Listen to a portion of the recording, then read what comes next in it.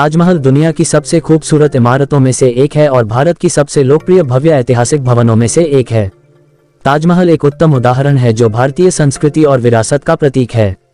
इस अद्भुत इमारत को देखने के लिए हर साल लाखों लोग आते हैं जो भारतीय संस्कृति और इतिहास को जानने के लिए उत्सुक होते हैं। ताजमहल भारत के आगरा शहर में स्थित एक विश्व धरोहर मकबरा है। इतिहास के अनुसार इसका निर्माण मुगल सम्राट शाहजहां ने अपनी पत्नी मुमताज महल की याद में करवाया था। ताजमहल के चारों मीनारों को इस तरह से बनाया गया है कि चाहे भूकंप आए या बिजली गिरे ये बीच वाले गुंबद पर नहीं गिरेगी। ताजमहल दुनिया में सबसे ज्यादा देखी जाने वाली इमारत है। हर रोज पूरी दुनिया से लगभग 12,000 लोग इसे देखने आते हैं। ताजमहल मुगल वास्तुकला का उत्कृष्ट नमूना है। इसकी वास्तु शैली भारतीय, फारसी, तुर्क और इस्लामी वास्तुकला के घटकों का अनोखा मिश्रण है। क्या आप जानते हो ताजमहल लकड़ियों पर खड़ा हुआ है। ये ऐसी लकड़ी है जिसे मजबूत रहने के लिए नमी की जरूरत होती है जो यमुना नदी से मिलती रहती हैं। वर्ष 1908 के लगभग यहाँ के बागों को ब्रिटिश शैली में बदला गया था। वही शैली आज भी दर्शित है। ताजमहल का रंग बदलता रहता है। सुबह सुबह देखने पर गुलाबी, रात को दुधिया सफेद और चांदनी रात को सुनहरा दिखाई देता है।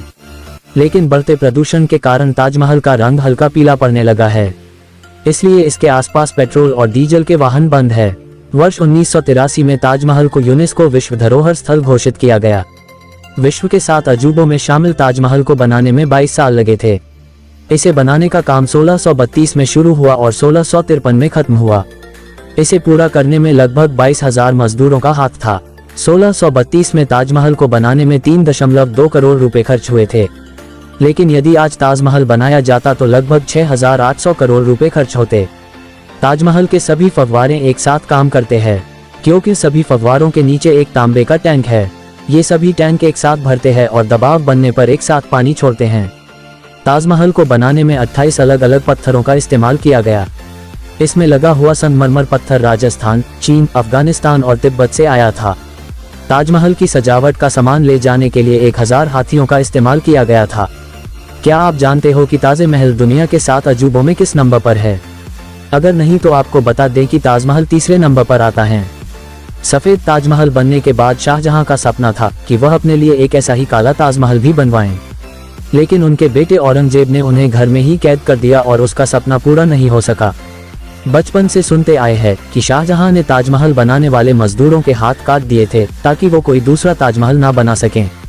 लेकिन ये एक अफवाह सी लगती है क्योंकि अहमद लोहरी, जिसने ताजमहल बनाने वाले दल में काम किया था, ने लाल किले के निर्माण में सहयोग किया था।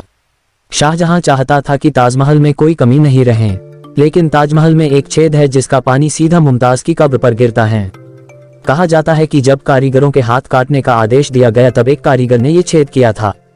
ताजमहल में एक कमी ये भी है कि दीवारों पर बने 11 नक्काशीदार पिल्लरों में से एक का आकार गोल है बल्कि बाकी 10 तिकोनी डिजाइन में है। क्या आप जानते हो कि ताजमहल ऊंचा है या कुतुब मीनार? तो ज्यादातर लोगों का जवाब होगा कि कुतुब मीनार। लेकिन आपको बता दें कि ताजमहल कुतुब मीनार से 5 फुट ऊंचा है।